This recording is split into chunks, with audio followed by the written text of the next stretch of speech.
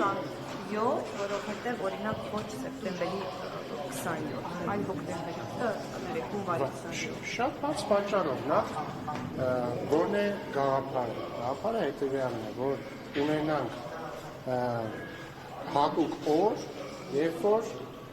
կհիշատակենք բոլոր ժամանակների ռազմական գործողությունների ընթացքում զոհված անձանց եւ կխոնարհվենք հանուն հայրենիքի զոհված զինվորների առաջ։ Այդպիսի օր մեկ կոնկրետ օր մենք չունենք մեր տոնացույցի մեջ, տոների եւ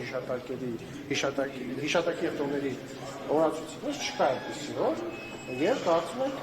նման անհրաժեշտություն կա սահմանելու։ Ձեր նշած ամսաթվերը կոնկրետ պատերազմների, այսինքն նշեցիք սեպտեմբերի 27, դա կոնկրետ 44-օրյա պատերազմի սկզբի օրն է։ Այլ մարդիկ կարող են նշել, ասենք, ապրիլի 2-ը քարորիայի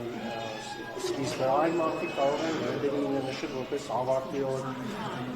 Միտքը հետևյալն է, երբ մենք ուզում ենք ընտրել օր, որը նախ որևէ կոնկրետ ռազմական գործողության հետ կապ չունենա, որովհետև խոսքը բոլոր ռազմական գործողությունների ընթացքում զոհված հանուն հայրենիքի զոհված մեր հայրենակիցների մասին է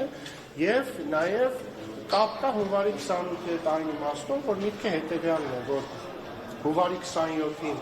հիշենք եւ հարգանքի տուր մատուցենք եւ խոնարհվենք զոհերի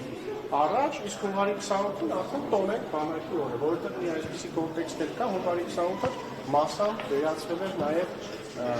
հիշատակի օրվա, այնինքն ինքը առաջնորդին պետք է տոն լինի եւ 27-ին հիշատակը կարելի է 28-ին տոն։